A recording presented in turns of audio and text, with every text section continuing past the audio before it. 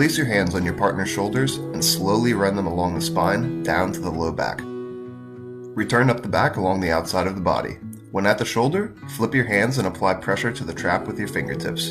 Finish with light pressure.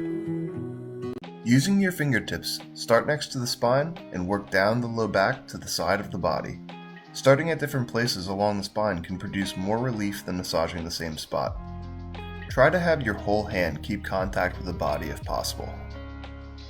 Using hand over hand, work in between the spine and the shoulder blade.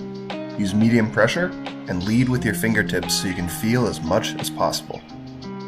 Work from the top of the body as well as the side to massage the muscles from different angles. Use supported thumbs for detail work and on any tight knots you may encounter in this area. Using your entire palm, pull back the trap using a hand over hand motion. Take one hand and pull the trap back while using the other to push it forward at the same time.